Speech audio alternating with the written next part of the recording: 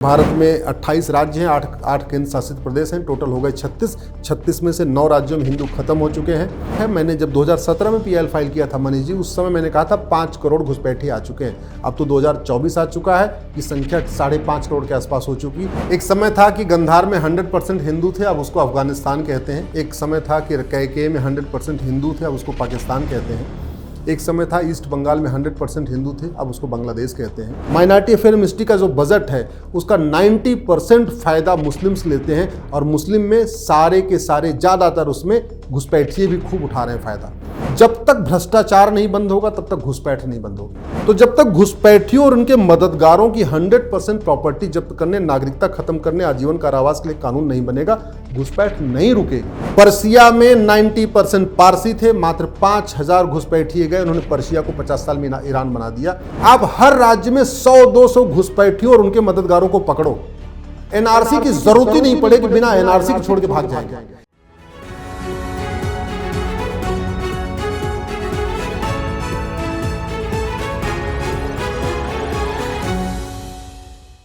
नमस्कार, capital TV में आपका स्वागत है। हिंदुस्तान के सेक्युलर गैंग को शायद रतौंधी की बीमारी हो गई है, उनको समझ में नहीं आता, और इस गैंग का दायरा बढ़ता जा रहा है। पहले तो कुछ पॉलिटिकल पार्टीज थी, कुछ प्रोफेसर थे, ये टुकड़े टुकड़े गैंग था। अब तो इसमें कई सारे लीगल फ्रेटर्निटी के लोगों को भी जोड़ना पड़ेगा। अब कहानी आ रही है झारखंड से।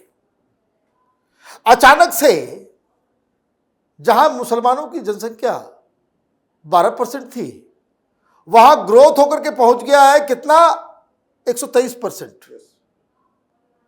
और यह खुलासा संसद के अंदर भी हो रहा है, और इसको झारखंड में जो हाई कोर्ट है उसको स्वीकार भी कर रही है। हाई कोर्ट ने कहा है कि हेमंत सोरेन साहब, जेल से तो आप आ गए बाहर, लेकिन जरा बताओ कि ये जो घुसपैठी बांग्लादेशी जो आ रहे हैं, जिसके लिए ममता बनर्जी दरवाजे खोलती है, वो पहले बंगाल आते हैं, फिर झारखंड में घुस जाते हैं, और वहां मासूम ट्राइबल लड़कियों को अपने जाल में फंसा के शादी करते हैं और जमीन पे कब्जा कर रहे हैं। तो ये क्या है पूरा मसला, आप सुनेंगे तो आपके पैर के नीचे जमीन खिसक जाएगी। और ये पूरी कहानी बताने के लिए हमारे साथ देश में इस तरह के मुद्दे को सुप्रीम कोर्ट में और जन जागरण कराने वाले पीआईएल मैन अश्विनी उपाध्याय जी हैं। आपका बहुत बहुत स्वागत है। मैं तो निशिकांत दुबे को सुन रहा था तो मुझे तो चक्कर आने लग गया। भाई देश में, भाई क्या किया जाए, ये देश को छोड़ दिया जाए, क्या करना है? अगर ऐसे रहा तो हिंदुओं तो माइनॉरिटी में आ जाएंगे। कल जो हाल आज पेरिस का हो रहा है, लंदन का हो रहा है, वैसे घसीट घसीट के मार खाएंगे लोग। एक समय था कि गंधार में 100% हिंदू थे, अब उसको अफगानिस्तान कहते हैं। एक समय था कि कैके में 100% हिंदू थे, अब उसको पाकिस्तान कहते हैं।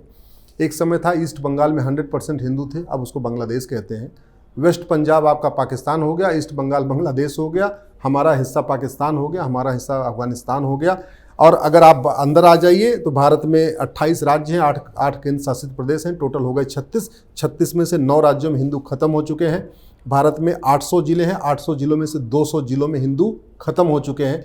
भारत में 6000 तहसीलें हैं, उसमें से 1500 तहसीलों में हिंदू खत्म हो चुके हैं। भारत के बॉर्डर पे टोटल 300 तहसीलें हैं, हिमालय के बॉर्डर पे, या समुद्र के बॉर्डर पे, या बांग्लादेश के बॉर्डर पे, या पाकिस्तान के बॉर्डर पे, या म्यांमार के बॉर्डर पे। उन 300 की 300 तहसीलों की डेमोग्राफी पूरी बदल चुकी है। सिचुएशन बड़ी खतरनाक है, लेकिन फिर भी लोग शुतुरमुर्ग बन के बैठे हुए हैं। तो क्या करें? झारखंड में क्या हो रहा है? बांग्लादेशी आ रहे हैं, ट्राइबल लड़कियों को पटा रहे हैं, उनको शादी कर रहे हैं, फिर उनको इलेक्शन लड़वा रहे हैं। इलेक्शन लड़ा के उनको प्रधान बना लेते हैं। अब चूंकि 4-6 महीने पटा लिया, तो जब वो इलेक्शन लड़वाते हैं तो बाकी कोई क्या बोलते हैं, उनके खिलाफ कोई लड़ता नहीं है। अल्टीमेटली जो बांग्लादेशी जिससे शादी किया वो प्रधान बन जाती है। जैसे प्रधान बन जाती है तो गांव में बहुत सारी ज़मीनें होती हैं जो किसी की नहीं होती, ग्राम समाज की ज़मीन होती है। उसमें चारागाह होता है, गोचर ज़मीन होती है, बंजर ज़मीन होती है, खेल का मैदान होता है, गायों के रहने के स्थान, ऐसे ऐसे अलग अलग ज़मीनें पड़ी रहती है। गाँव में मतलब 25% ज़मीनें होती हैं वो सार्वजनिक ज़मीन होती है, वो किसी के नाम पर नहीं होती। वो सारी जमीनें वो पट्टा भी करवाते जा रहे हैं, अपने अपने नाम पे करवाते जा रहे हैं।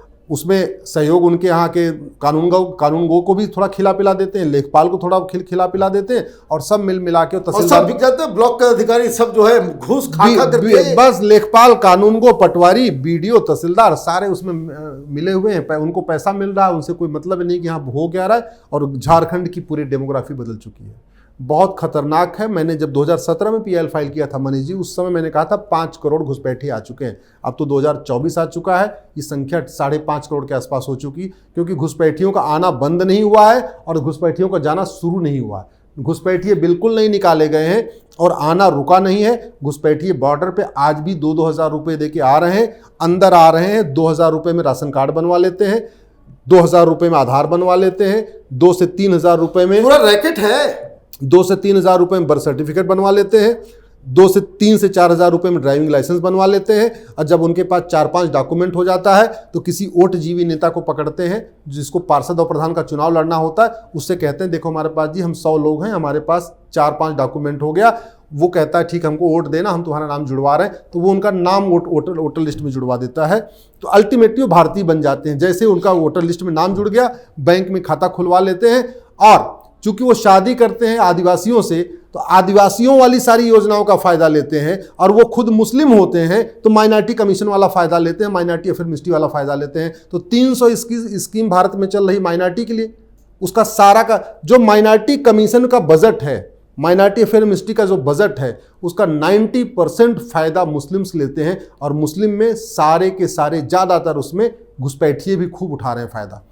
2014 के पहले तक भारत में जो घुसपैठिए आ रहे थे वो हिंदू नाम से अपने डॉक्यूमेंट बनवा रहे थे। एक नया पैटर्न मैंने देखा, 2014 के बाद जो घुसपैठिए आ रहे हैं वो हिंदू नाम से बनवा रहे हैं। पहले अपने असली नाम से बनवाते थे 2014 के पहले, जब तक यूपीए 1 यूपीए 2 मनमोहन सिंह की सरकार थी या उसके पहले। अब वो हिंदू नाम से बनवाते हैं। जहां जहां उनको इंडी गठबंधन की सरकार मिलती है वहां वहां तो मुस्लिम नाम से अपना वोटर आईडी सब कुछ डॉक्यूमेंट बनवाते हैं। जहां बीजेपी की सरकार होती है वहां हिंदू नाम से बनवा लेते हैं। अब हिंदू नाम बनवाने का एक नया खतरा आया जो अभी बरेली में आया। अब वो क्या कर रहे हैं, हिंदू नाम से सारे डॉक्यूमेंट बनवा लिए, एक्चुअल में है मुस्लिम, फिर वो धर्मांतरण का ड्रामा शुरू करते हैं कि सामूहिक धर्मांतरण होगा। मैं आपको कह रहा हूं अगले 4 से 5 साल के बाद पूरे देश में आपको ये खबर आएगी कि आज बॉम्बे में सामूहिक धर्मांतरण हो रहा है, आज दिल्ली में सामूहिक धर्मांतरण हो रहा है, आज नोएडा में हो रहा है, आज इंदौर में हो रहा है, आज जबलपुर में हो रहा है, जयपुर में हो रहा है। भारत की सभी राजधानियों में सामूहिक धर्मांतरण शुरू होगा। और क्यों? क्योंकि वह एक्चुअल में घुसपैठिए, नाम उन्होंने अपना सारा हिंदू नाम से अपने सारे डॉक्यूमेंट इकट्ठा करा लिए हैं। अब वो कन्वर्ट हो के दोबारा फिर से अपने असली नाम को दिखाने की कोशिश करेंगे, अपना असली नाम रखेंगे। पहला खतरा ही। समाधान आपको बता रहा हूं, जब तक भ्रष्टाचार नहीं बंद होगा तब तक घुसपैठ नहीं बंद होगी।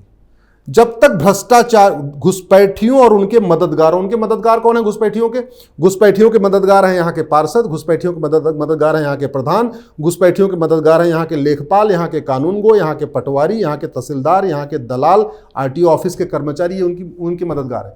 तो जब तक घुसपैठियों और उनके मददगारों की 100% प्रॉपर्टी जब्त करने, नागरिकता खत्म करने, आजीवन कारावास के लिए कानून नहीं बनेगा, घुसपैठ नहीं रुकेगी। घुसपैठ देश की सुरक्षा के लिए बहुत बड़ा खतरा है, लेकिन एनएसए नहीं लगाया जा रहा है। घुसपैठ देश की एकता अखंडता के लिए खतरा है, फिर भी घुसपैठियों पे यूएपीए नहीं लगाया जा रहा है।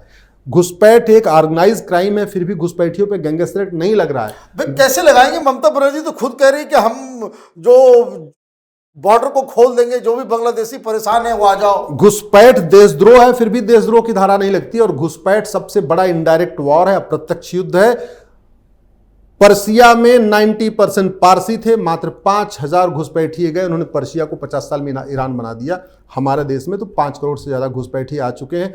अभी भी अगर इनको निकालने की व्यवस्था नहीं हुई, यहाँ से खदेड़ा नहीं गया, जैसे पेरिस जल रहा है, जैसे यूरोप जल रहा है, जैसे आपके फ्रांस जल रहा है, ऐसे ही पूरा भारत जलेगा, मैं गारंटी 20 से 25 साल के बाद। और आज के नेता बतौलेबाजी करने वाले, बड़े बड़े लच्छेदार भाषण देने वाले, ये 20 से 25 साल के बाद हमारे बच्चों को बचाने नहीं आएंगे।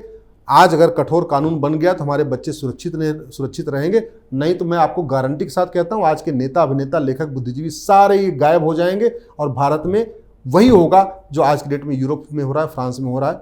इसलिए तरीका यही है, घुसपैठियों और उनके मददगारों के खिलाफ 5 धाराएं लगनी शुरू हो जाएं। एनएसए लगना शुरू हो जाए, यूएपीए लगना शुरू हो जाए, सेडिशन देशद्रोह शुरू हो जाए, वेजिंग वॉर शुरू हो जाए और गैंगस्टर एक्ट लगना शुरू हो जाए। घुसपैठी और उनके मददगारों की प्रॉपर्टी जब्त करना शुरू कर दें, उनको आजीवन कारावास। बुलडोजर चलाइए इन लोगों मैं गारंटी के साथ कहता हूं, ज्यादा नहीं, आप हर राज्य में 100-200 घुसपैठियों और उनके मददगारों को पकड़ो। एनआरसी की जरूरत ही नहीं पड़ेगी, बिना एनआरसी के छोड़ के भाग जाएंगे। ये जो घुसपैठियों के मददगार बैठे हैं ना भारत में, ये लेखपाल, पटवारी, कानून गो, पार्षद प्रधान, ये खुद ही उनको घुसपैठियों कहेंगे भैया काम कर, तू छोड़ के भाग जा, तू यहां रहेगा, तेरे चक्कर में मैं भी मर जाऊंगा। ये खुद ही उनको भगा देंगे। लेकिन कानून बनाना पड़ेगा। तू मैं करने से, बतौलेबाजी करने से घुसपैठिए नहीं भागेंगे। आरोप प्रत्यारोप करने से और भाषणबाजी करने से घुसपैठिए नहीं भागेंगे। कानून बनाना पड़ेगा, घुसपैठियों को टांगना पड़ेगा। और जब आपने कहा कि बंगाल की पुलिस, बंगाल की इसलिए चिल्ला रही है कि भारत में जो पुलिस है वो स्टेट के अंडर में है। आपको यूनिफॉर्म पुलिस कोड बनाना पड़ेगा, one nation one police code बनाना पड़ेगा, पूरे देश की पुलिस एक तरीके से काम करे, वो व्यवस्था करनी पड़ेगी। मतलब सिचुएशन बड़ा भयावह है। बिल्कुल, बहुत भयावह है, बहुत भयावह है। आपका बहुत बहुत धन्यवाद। आपने डिटेल में बताया, जो बातें संसद में उठाई जा रही हैं, जो बातें हाईकोर्ट झारखंड की तरफ से कही गई है, वो कितना चिंताजनक है। एक तो वो बात, और दूसरी चीज हमें ये भी याद रखना पड़ेगा कि अगर अभी नहीं जागे तो फिर ऑलरेडी विलंब हो चुका है। आने वाला जनरेशन हमारे ऊपर, आपके ऊपर, इस सरकार के ऊपर, इन नेताओं के ऊपर थूकेंगे। आपका बहुत बहुत धन्यवाद। अगर आपको वीडियो पसंद आया तो आप इसे लाइक करें, शेयर करें और कैपिटल टीवी को सब्सक्राइब करें। धन्यवाद।